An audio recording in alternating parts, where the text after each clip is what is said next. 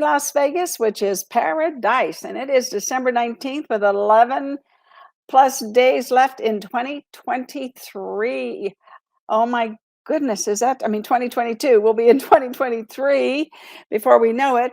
And what is going on in Las Vegas? Well, we have 122 days of inventory. It's going down a little bit, not quite as many as we had.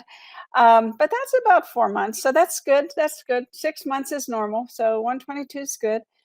We have 2,412 single family homes that are 431,000 and under. Now I changed that today because it's after the 15th. So I changed it to be what the current according to the MLS, and this is all of Clark County now, not the zip codes that I do because they don't do it that way.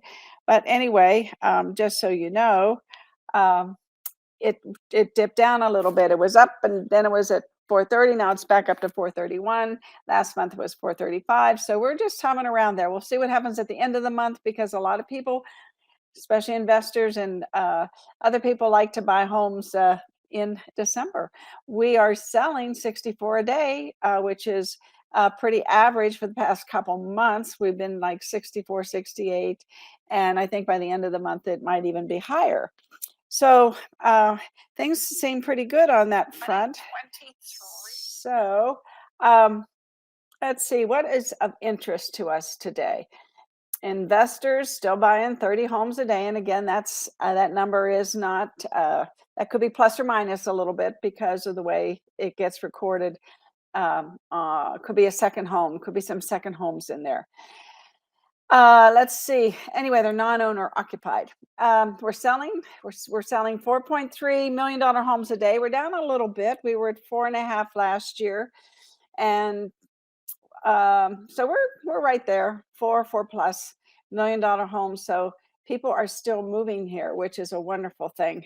Eight people an hour, according to the city of Las Vegas stats. And I think they got that from DNV, and I think Applied Analysis spot in with that as well.